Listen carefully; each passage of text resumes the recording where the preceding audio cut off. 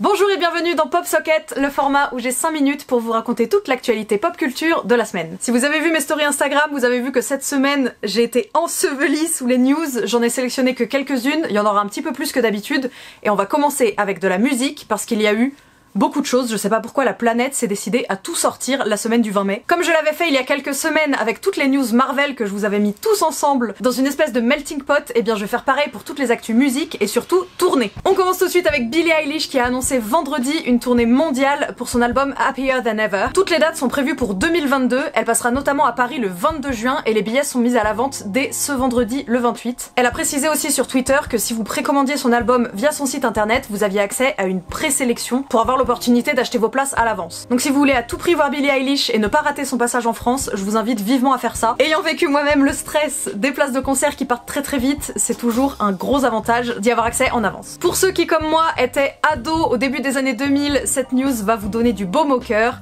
puisque Green Day, Fall Out Boy et Weezer maintiennent leur tournée. Ils avaient pour projet de partir sur les routes de la planète entière pour leur tournée commune. Les dates ont évidemment, à cause du coronavirus, été repoussées. Ils prévoient un passage à Paris à l'Arène de la Défense le 2 juillet 2022, et pour l'occasion, Green Day a dévoilé lundi un nouveau single appelé Pollyanna.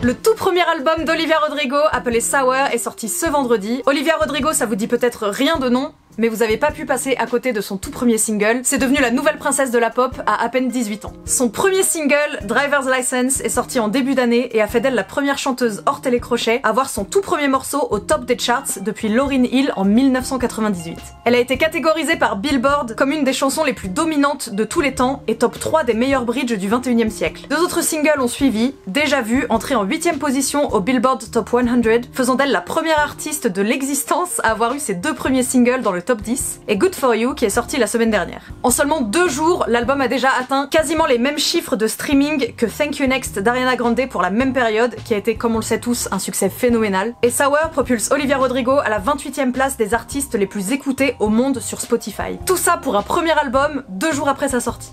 C'est insane. Et enfin, puisqu'on parle d'insane, évidemment, vous savez ce qui va suivre. Vendredi matin a été dévoilé Butter, le dernier single du groupe sud-coréen BTS, qui est indéniablement actuellement le groupe le plus populaire de toute la planète. La vidéo a atteint 10 millions de vues en seulement 13 minutes, un nouveau record pour la plateforme de YouTube, et a atteint les 100 millions de vues en moins de 21 heures de diffusion, battant le précédent record détenu par eux-mêmes.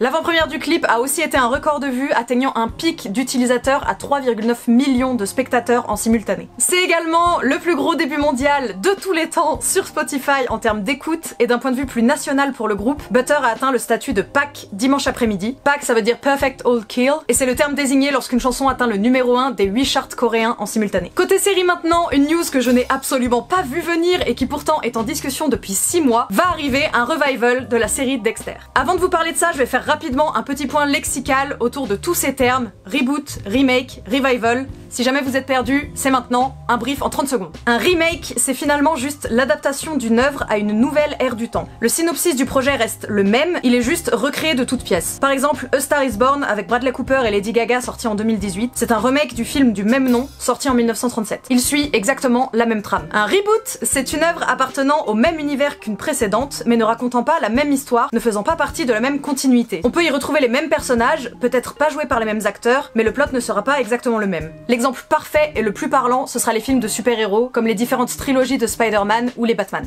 Et enfin, un revival, c'est tout simplement une continuité. On prend ce qui a marché la première fois et c'est reparti pour un tour. C'était le cas par exemple pour la série Heroes, qui a eu le droit à Heroes Reborn des années plus tard, dans lequel on retrouvait des personnages que l'on connaissait bien et joués par exactement les mêmes acteurs. Une mini-série revival de Dexter est donc prévue pour cet automne, avec beaucoup de visages familiers et notamment Michael C. Hall qui reprend son rôle de serial killer. Jamie Chung, qui a récemment été annoncé au casting, a révélé cette semaine que ce revival aurait lieu à New York et non pas à Miami comme la série initiale, et que le ton de la série sera généralement plus sombre. 10 épisodes sont prévus au total, et pour l'instant pas de date plus précise que cet automne. La nouvelle et dernière bande-annonce du live-action sur Cruella d'Enfer, jouée par Emma Stone, est enfin sortie, et à la bande originale on retrouve Florence and the Machine.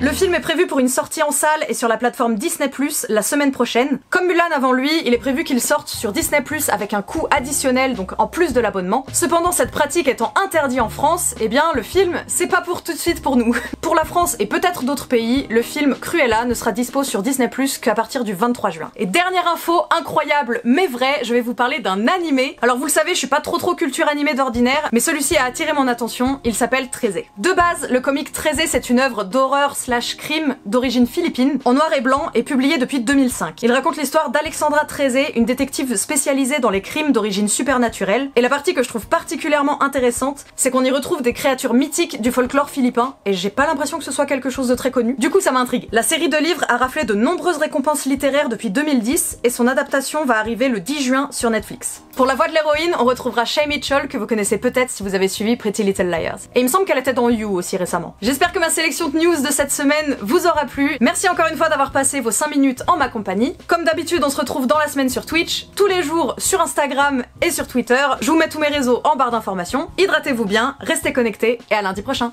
Ciao!